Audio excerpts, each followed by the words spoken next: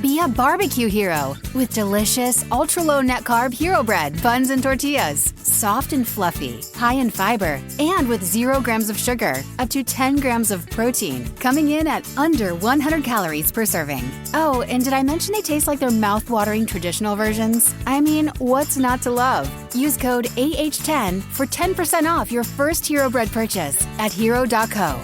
That's AH10 for 10% off at hero.co.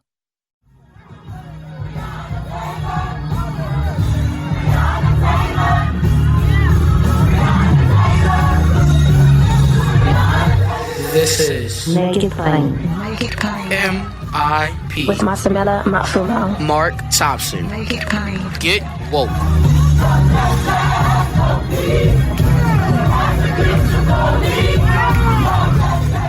It is the week before Christmas and all on your devices. Not a creature stirring except those of us talking about politics. And of course, we're stirring. This will be the last Thursday Coast of 2020. And I've lost count. I think we've actually been doing this over 10 years, actually. I think. I may be right about that. Absolutely. I remember talking about Mitt Romney. That would have been 2012. Did we talk about John McCain? Were we talking 2008? He might have been. Yeah. And McCain. That's probably right around when we got started, right around that time. Yeah, maybe after. I think 2010 might have been 2009, 2010. Yeah. I definitely remember talking about how bleak things looked in the run up to the 2010 midterms. There it is. Yeah. So it's over. So it was at least 2010, maybe 2009. Yeah. Yeah. So over 10 years, y'all, we'll say that. He is the founder of DailyKos, the founder of Civiqs with a Q. And this will be our last broadcast per se for this year. And then we'll get back together in the beginning of the year. It's been what a year it has been. Markos Moulitsas is here with us. So good riddance to 2020. I don't think anybody's going to miss. Nobody's going to miss this one. Insane. It's still incredible to me. So Mitch McConnell has finally acknowledged Joe Biden is the president-elect. But, to have had, Biden said it in his speech this week, to have had 126 members of Congress and all these states' attorneys general sign on to a lawsuit and this just happened since when we talked last week, there was the one thing the Supreme Court threw out. Then a new thing came in where Texas is going to sue or going to make the Supreme Court intervene in other states. That's like, I've never seen a state go to the Supreme Court on another state. That normally doesn't happen.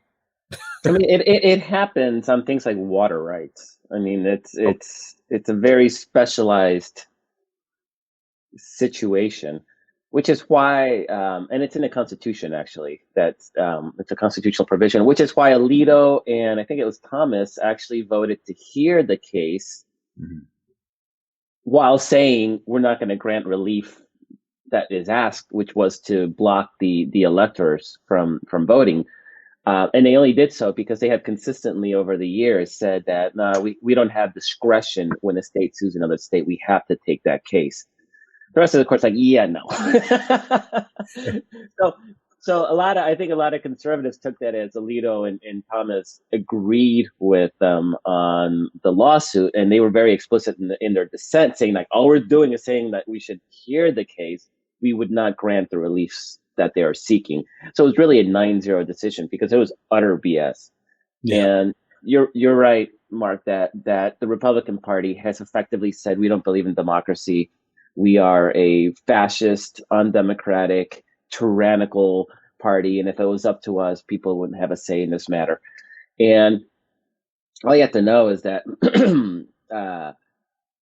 Texas sued a bunch of states that went for Biden for mail-in ballots. They didn't sue Florida for those mail-in ballots. And Florida's been using mail-in ballots for a long time. Right. So it was so clear that their problem wasn't mail-in ballots or anything like that. It was they sued states for voting for Joe Biden. And that was the case. And that's why the Supreme Court rejected it. And that's why what was interesting, Mark, is that everybody who had a say in the matter rejected it. That is saying the Republican governor and Secretary of State of Georgia rejected it. The legislatures of Wisconsin, Pennsylvania rejected it. Governor Ducey of Arizona, another Republican, rejected it, right? So when people had to actually choose between democracy and fascism, they actually okay, we have to respect democratic norms. So it's all these other a-holes that didn't have a say in the matter, posturing for what? For Donald Trump? Because of his feelings were hurt? Because he couldn't handle being a loser? Yeah. And so they knew that this was all posturing. They knew they had no effect on the matter. They knew Ted Cruz knew that case wasn't going to be accepted by the Supreme Court. They were all posturing for the MAGA idiots without really caring how toxic and corrosive that is to our democratic norms, both at home and overseas, right? I mean, this is the U.S. talking about the importance of a peaceful transfer of power because of democracy. How is any other nation going to ever take the United States seriously when we just literally did a banana republic transfer of power? And I'm not seeing peaceful in what's happening right now. Yeah. There's violence in the streets. There is definitely rhetorical rejections of democratic norms and ideals. So this is incredibly damaging. Yeah, Trump is going to be gone, but look at what he's done to not just our internal democratic norms, but our ability to influence the rest of the world in pushing for democracy in other places. You're right. Have no credibility. Zero. In doing that. We're seeing the violence is probably not the last we'll see of it. Leading up to the inauguration, or perhaps even on inauguration. So, none of this is really what you want to see. Mitt Romney said, I think it was last Sunday on Meet the Press, that while he may not agree with Trump, he is the most influential person in the party. He's still going to be a major influence on the party.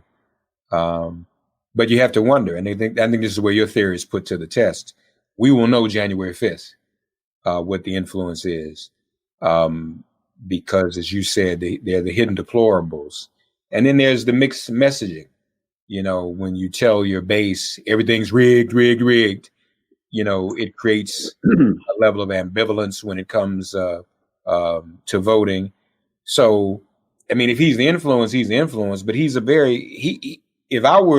if I had a party, I would rather not have an unstable influence like that. And yet, Democrats, we've got to do what we need to do. So now AOC is saying, in so many words, that the Democratic Party needs new leadership on Capitol Hill, and that Schumer and Pelosi have to go. Is now, right now, the time for that? Pelosi is running again for Speaker. Is it time for them just to stop right now, or do they get one more term to serve? What do you think, Markos? I mean, Pelosi's already said that she's stepping down after this term. That was the deal that they made back 2 years ago, that she would be out in 2024. So she's not going to lose. And I mean, I'm not sure she's the problem right now. And you have to corral ideological. It's got to be one of the worst jobs in Washington, is being the chair of either being speaker, either party, right? Like, nobody's ever happy with you, because you have to compromise and you have to mediate. The fact that we have this nation that has this incredibly wide gamut of public opinion, all crammed into two parties, and we have an even more diverse caucus than the Republicans do. So I don't envy them. Do we need new leadership? I would actually agree. I think it's going to happen. We're going to get that anyway. So I don't have anything against AOC, saying that. I just think it's a little bit of tilting at windmills. And the way you really get leadership change is you organize internally. And so talking about it publicly, I'm not sure how that helps, when really, if she really wants to change the leadership in the House, then talk to your fellow House members and see if you get the votes. You're not going to, public opinion has zero impact, and particularly the voices of a bunch of loud people on Twitter have zero impact we don't get to vote on the Speaker of the House. So, and number two, the next person in line for the Speaker, just from a cloud and influence standpoint, is Steny Hoyer.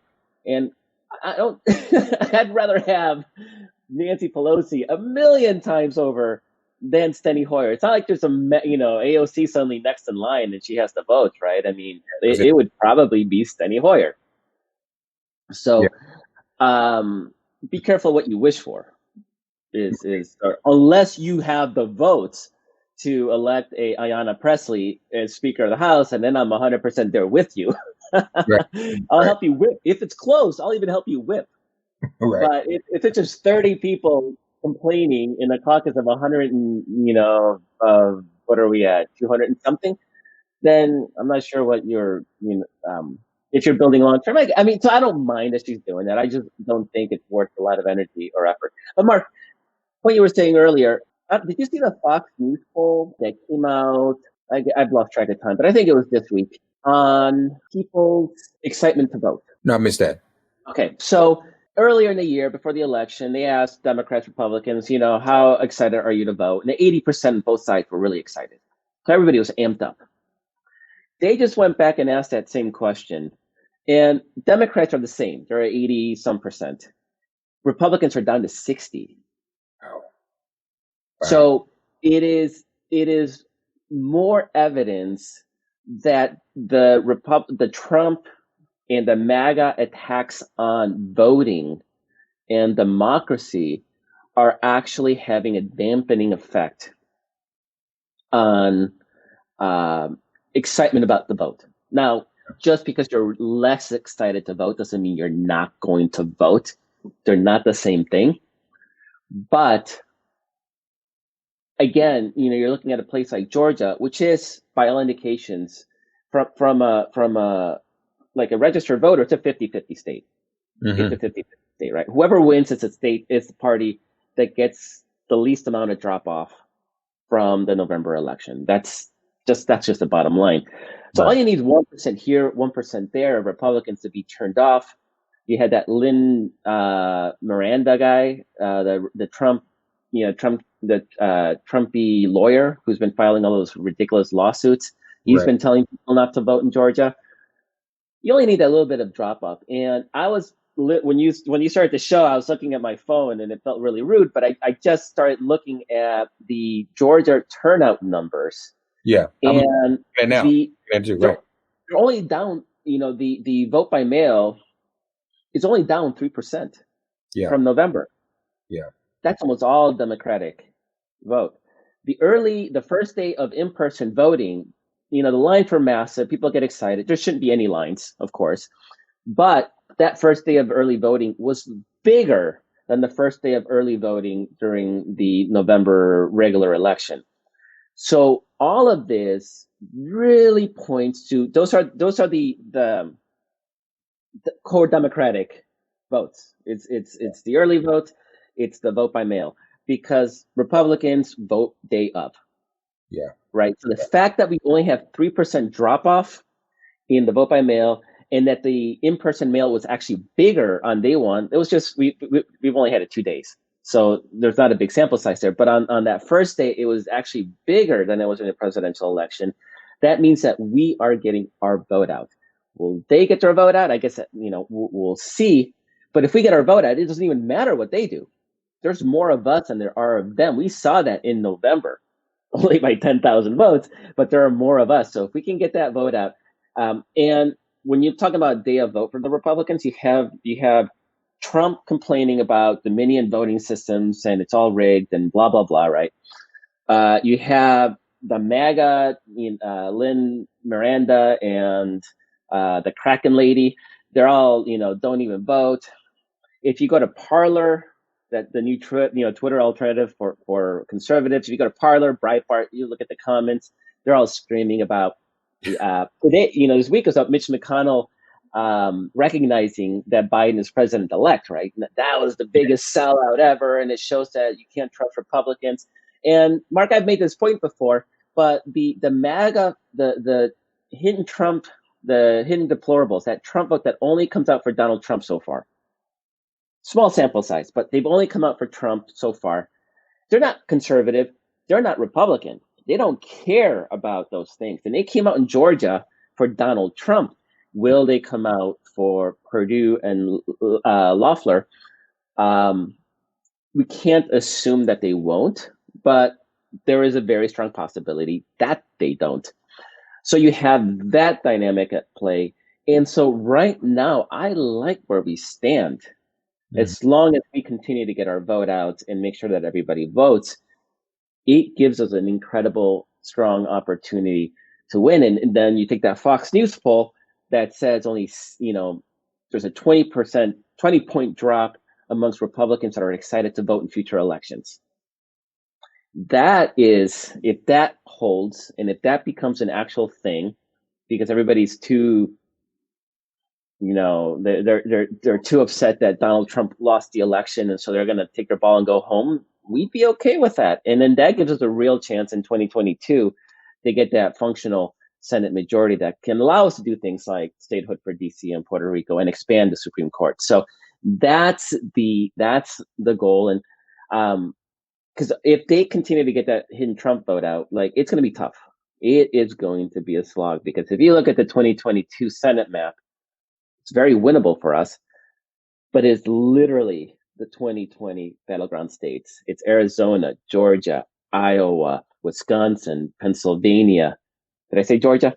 Georgia, Florida. It's all the 2020, North Carolina. It's all the 2020 battleground states all over again. So it's going to be it's going to be a dogfight, and presidents in their first term historically lose seats.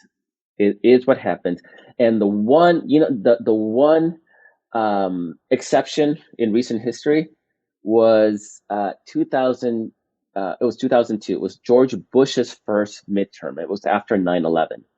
So is the coronavirus pandemic and the vaccine rollout and getting the nation back to normal in this hyper-partisan environment, I mean, there is a real chance that we buck those historical trends and actually pick up seats and get that functional Senate majority. So that's what I'm excited about. I like the fact that in this Fox News poll, Democrats are not dropping off, because they did in 2009 after Obama got elected. They basically said, our job's done. We did what we needed to do.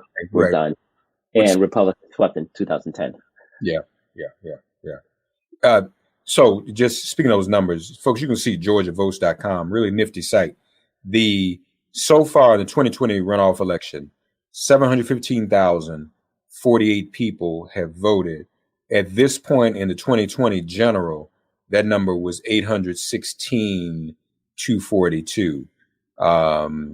So, and I'm not sure what they mean by this point, because they're kind of different time frames. And then when you look on the ballot applications, the absentee ballot applications, those numbers are up. So this looks good, as a matter of fact. Biden was there this week.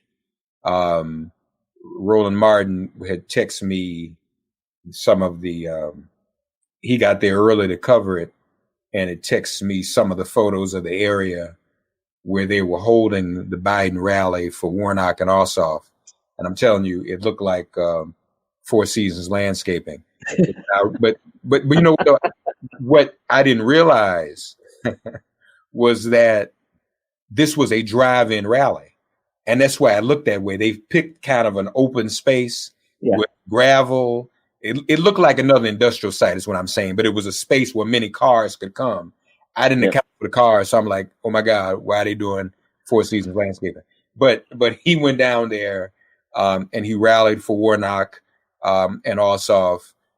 More and more is coming out every day about some of the financial swindling that Purdue and Loeffler have been involved in.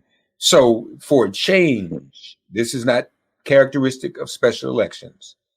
People are engaged. People are aware in Georgia. Everybody's talking about it all over the country.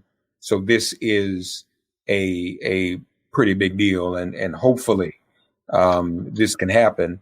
And then we've got a Senate, and then maybe we can get things done. Still a little worried, though, because Biden still wants to operate in the old school way. He hasn't been a senator for years. But I think there's something in him that still makes him think he can work with these guys and like McConnell and the rest of them, Markos, and, reach some type of bipartisanship. I don't know that that's ever coming back in this era, as if what Mitt Romney is saying is true, that Trump is still going to be hovering some type of way. I don't know how that happens. There's not going to be broad-based bipartisanship. I mean, I think though that ship has sailed. I think what's possible is that you have a handful, the last few remaining Senate moderates playing nice. And by that, I'm talking about Susan Collins, Lisa Murkowski, and funny enough, Mitt Romney. Mitt Romney is the Senate moderate. But all three of them have indicated that they would vote unless somebody's way out of the mainstream, to vote for Joe Biden's cabinet secretaries. So you have the possibility, especially if it's even if it's a McConnell 52-48 Senate, there's a possibility that you get, three regular defections to at least allow government to function.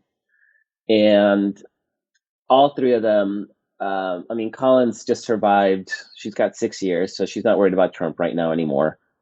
Murkowski, actually, not only did she not win as a Republican last time, she won as a write-in candidate against a Republican who beat her in the primary. And Alaska just shifted to a jungle primary. So everybody runs on the same ballot, regardless of party. And the top four advance to a runoff. And Murkowski is she can run as an independent. She's not going to have any problem getting reelected. So she's not too worried right now about any Trumpy challenger. And Romney, Utah is probably, of all the Republican states, it's probably the least Trump-friendly Republican state. Mormons, by and large, they didn't vote for Joe Biden. Mm-hmm. But I don't think, none of them, there's no great love for Donald Trump. So it seems that Romney feels pretty safe. And even if he doesn't feel safe, he's maybe the one Republican in the Senate who doesn't care. Doesn't seem that, he's more concerned about, the functioning of a moral government than any other Republican in that chamber. So there may be a little bit of that. And I will say that he hasn't nominated any Republicans to the cabinet. Obama had a bunch of Republicans in the frickin' cabinet, right? Including James Comey, who ended up screwing us in the election. There was this notion that drove me crazy that you had to nominate Republicans for those national security positions. So FBI director and Secretary of Defense, like William Gates, the Secretary of Defense, and just reinforcing this idea that only Republicans could be strong in national security, right? It was a disaster for messaging purposes and practical terms. I don't think the Kissingers of the world really have nailed national security. Thank you very much. So he's got no Republicans. The people he's nominating to these cabinet positions are people that are, Jennifer Granholm to energy. She's a climate change warrior. So he hasn't, we can question his Secretary of Defense, right? We talked about that last week, having somebody who's a general who just left the Pentagon is probably the most questionable of his positions. But other than that, I mean, it's reliably progressive, not overly so. But again, he has at best a 50-50 Senate to deal with, and he still would have to get these people confirmed. So given those sort of, that constraint that he's had, it's actually a very progressive cabinet. I'm not sure I see anything in there to be overly worried about, given that he ran as a moderate, middle of the road, boring centrist, right? I mean, Yeah. I think his government's looking more liberal than what he ran on. You like Buttigieg for transportation? Yeah. What was I reading? He's the first openly gay cabinet secretary in Yeah, probably, yeah. 2021. I mean, that's how long it took. So, I think for that reason, it's great. And this is another place where we're being a climate hawk and understanding the importance of fighting climate change is now embedded in the head of a major agency that contributes. Transportation is one of the biggest drivers of climate change, of CO2 gases. So, so that I like. This notion, does he have experience or not? Nobody had the one, what experience you need to run a cabinet, to run a federal agency is experience running a massive bureaucracy. And there are not a lot of people that have experience running a massive bureaucracy, right? So to me, what's more important is, do they have sort of that values that will drive decision-making in a direction that makes us a better country?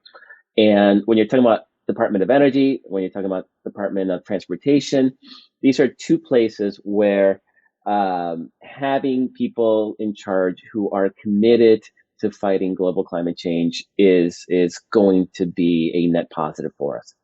Yeah, very important.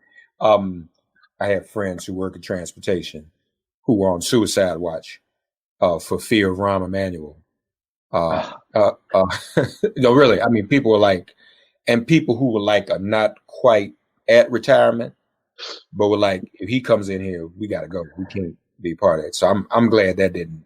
Oh my God, so big. Do you have any sense how real that was? Because when you have these cabinet, musical chair, you have boosters, right? Like leaking. It'd be like me leaking to you saying, an anonymous source says that I'm being considered for Department of Housing and Urban Affairs or Urban Development. And it could be total BS, but then the media starts talking about it, right? The reason it was hard to tell, the media was talking about it so much. And then I was saying, well, why is even the media so interested in Rahm Emanuel and him trying to spend this? I didn't even see what interest the media had in that. And of all of the people, I mean, there was really nobody else that there were leaks about that way that didn't come to fruition. So I still don't know. And I just don't, in whose interest it would have been to push that on his behalf, or why the media would have been interested in it if they didn't even take it seriously. So I don't know. No, it was weird. But if it was serious and they pulled it back because of that sort of progressive backlash, that's actually a good sign. Yeah. And if he was never even considered, that's also a good sign. Yeah. So all around, it's actually, no matter what the reality behind the scenes was, it's actually a good sign for progressives, because that, I mean, I don't know if it would have been a disaster, but it's that era is over. It just is. And I'll never forget Rahm for telling his caucus to run against immigration and to demonize immigrants, because that's what he did back in, what was it, late 90s? Yeah. So, no, you're right. That's exactly what he did. And, Rahm was just bad news all the way around. In the category of DailyKos headlines, and we talked last week, we remember, again, I think Kos coined the phrase in 2012 with the term asshat and asshattery. The latest one I love, the Trump attorney, Kraken Pot. She's been called the Kraken, the Kraken. It was Jen Ellis, right? Yeah. The Kraken pot. Oh my God, that was so good. These people are crazy, and they're still doing it. So, prediction: you think Trump's going to show up for inauguration, have the morning tea, go to the platform? What do you? Hell no. I think he's going to go down to Mar-a-Lago for Christmas, and I don't think he's going to show his face back in Washington. After that, I think he's done. There's absolutely no chance. He's going to try to upstage it somehow. He'll announce his 2024 presidency. He'll try to do something to try and step on the inauguration. But no way. I mean, I think Axios was reporting a couple of days ago that Trump is willing to concede that he didn't win. Not that he's a loser. Not that he lost, but that he didn't win. And that's apparently a very big distinction in his mind, because not winning is not losing, apparently. So there's that. The other piece that it's actually kind of fun is that that his neighbors in Mar-a-Lago, near Mar-a-Lago, are actually suing because when the Mar-a-Lago was converted from a private residence, it used to be a private residence, to a club, they actually legally in the contract said that nobody can stay there for longer than 20 days, I think is the number. There's an actual number. So it actually legally precludes Trump from living there. And they're actually suing Trump to keep him from wanting to live there. So New York doesn't want anything to do with him. Right. We'll go to Florida wants nothing to do with him. Nothing. So and they're saying, like, buy a mansion. But Mar-a-Lago, you can't live here. And Trump doesn't have money to buy a mansion. Buy a mansion. Broke. And he doesn't really want people to know how broke he is. Yeah. Does he think, because I wonder too, does he think, because we got this impression before when he was trying to change his residence, I wonder if he thinks that going to Florida is going to prevent him or protect him from being prosecuted in New York. I wonder if that's what he really thinks. Who the heck knows? Yeah, no, I'm really interested too to see how much of that donor money to their RNC and to the Trump campaign actually gets pilfered to the point where he might try to use that to pay off his $400 million debt. And it would break all kinds of laws. But since when has that stopped Donald Trump from doing something? But I think that's the story. I think that in any way we can continue to expose him to even his own base. And I mean, and I don't expect all of them to buy it either. But people are going to have to follow that money and then be prepared to show people, say, look, when you send this money, that's where this money's really going. It's going towards foolishness and golf, Mar-a-Lago, Big Macs, okay, and legal fees. And I think, we got to think about that. I wonder it was, so, I mean, I don't think he helps even going to Georgia at this point because of all the mixed messages that he sends. It would be an airing of grievances. It's not like he's going down there to actually rally his base behind Loeffler and Perdue. Yeah, he's just going to complain. Yeah. He's going to, how long it took it? I mean, that's just, that's all he does. You can just literally fill in the blank. PolitiFact also, folks, says, no surprise, proclaimed Donald Trump's comments on COVID as the lie of the year. Literally millions are dead. And then this guy, this columnist is Mark Thiessen, wrote a oh my God, saying that Biden could heal the nation or bring the nation together by giving Trump credit for the vaccine. Yeah, I mean, to be fair to Donald Trump, he was for months wearing a lab coat in, working on that vaccine formula and doing some calculations. And it happened to be on a golf course, but that's where he did some of his best vaccine development work, apparently. But isn't that the most white male thing ever? Like, yeah. It's to refuse to take responsibility for the 300,000 dead from your criminal negligence, apathy, not caring. So there's that. And then you want to get credit for somebody else's work? I mean, Pfizer did not take a dime of federal money. They were not part of Operation Warp Speed. They did it on their own. And even then, when it came to the U.S. government and said, you want an extra 100 million doses? The Trump administration was like, nah, we're good. we got it, which is absolutely insane. So, yeah, he doesn't want credit for the stuff he did, but he wants to take credit for somebody else's work. And Mark Thiessen, there he is saying, like, yeah, give the white man who screwed everything up and told us to inject Clorox and shove a light up our butts to kill the coronavirus, give him credit for the work of somebody else. Yeah. No, we definitely don't want to do that.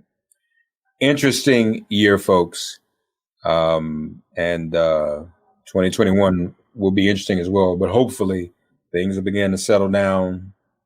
We'll get this COVID thing under control at some point. We pray. Yeah, and everybody, please wear a mask. Yes. This thing's not over, not by a long shot. A lot of people are going to die in the next couple of months. I know it sucks not seeing your families. I know it sucks being stuck at home. But what sucks even more is not seeing your family next year or the year after that or the year after that because they died of COVID. Yeah. Or they died because hospitals were full and they couldn't find a bed for other non-COVID related illnesses. Also, like, find a way to do self-care. And I think we as activists are so amped up over the fight. Mm-hmm. And it's not, Georgia's still there. And let me do a plug, DailyKos.com/GOTV. Yes. Get out the vote, GOTV, DailyKos.com/GOTV. And it's not promoting Daily Kos. It's actually a listing of all the organizations doing get out the vote operations in Georgia. So please go to DailyKos.com/GOTV and pick one and help get out the vote in Georgia. But also self-care. If it's 10 minutes, now I'm working on a 10-minute daily meditation practice. And, over time, meditation's like working out. I guess you got to build up to it because even 10 minutes, it's hard. But the proven scientific benefits of meditation could be prayer. It's the same sort of, it's the same mechanisms that work the brain in relaxing and in lowering stress. So if it's religious, prayer. If you're secular, I'm secular. Meditation works those same parts of the brain, that same sort of health benefits. Take some time off. Get away from politics for a little bit, and maybe help some GOTV in Georgia, but also take some time away, whether it's gardening, whether it's walking, taking a walk every day. We as a movement have been so amped up fighting Trump for so long that it could literally lead to health problems, chronic health problems. So we need to start taking care of ourselves as individuals so we're around a long time to keep this fight going, because the fight ain't going anywhere.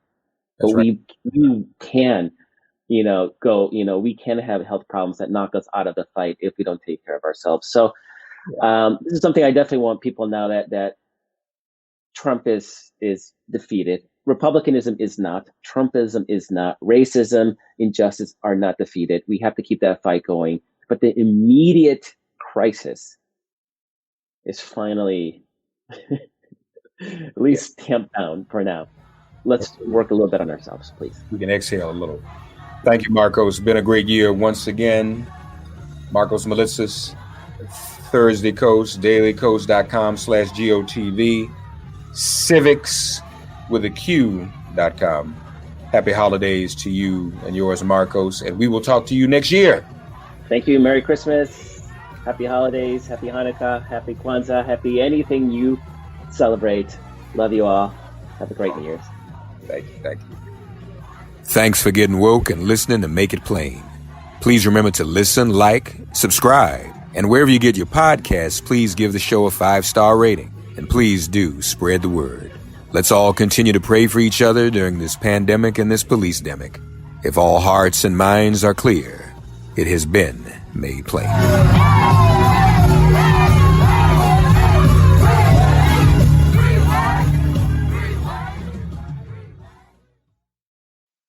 Not all bread is created equal. And if you like yours soft, fluffy, moist, and delicious, then Hero Bread and Buns should be your first choice. But Hero Bread isn't just about taste and texture. It's high in fiber with ultra-low net carbs with 0 grams of sugar. Order today at hero.co and use the code AH10 to get 10% off your first purchase. That's AH10 at hero.co, HERO.co for 10% off your first purchase.